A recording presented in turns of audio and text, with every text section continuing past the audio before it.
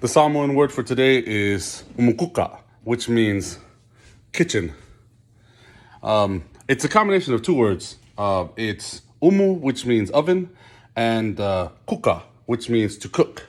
And so just some related words I feel like to go over, which could be helpful, is like right now, we have breakfast, or like the word for like a meal, or actually to eat, is ai, right?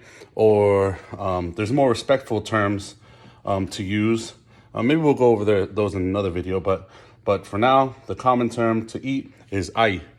And I had another video that when you add the nga to the end of a verb, a lot of times that's a way to turn it into a noun.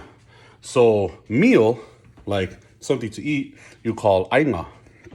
Not to be mistaken with ainga, which is family, right? But it's ainga. So I guess you would whamamafa the first syllable, and with ainga, that's like pronouncing it the traditional way, because you have the second to the last syllable. We went over that in another video too, so you can check that out. But so ainga, and this is in the morning, and morning is tayao. It also means tomorrow, so it can get a little confusing. But this is ainga o le tayao, right? Which means like meal in the morning or breakfast. And right here we have pukeka, right? Patita, and then you have let's see, we have the stove, right? And I know umu is that, but for some reason, like when it's electric or it's in a kitchen in, like, I don't know, modern, onga umu. So that's one. What else?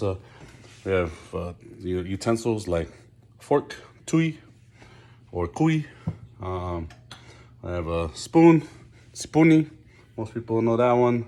And then knife, knifey. We have right now the stove is hot, so you have vivela, which means hot.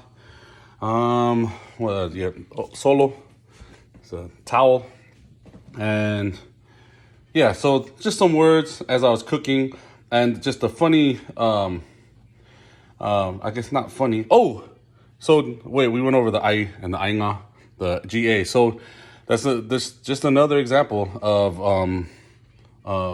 nga as a suffix on the end of a verb and turning it into a noun, and then some food, some food words for you. And hey, if you find this helpful, let me know in the comments other things you might want to know, other words or any questions about the language, and we'll go over it.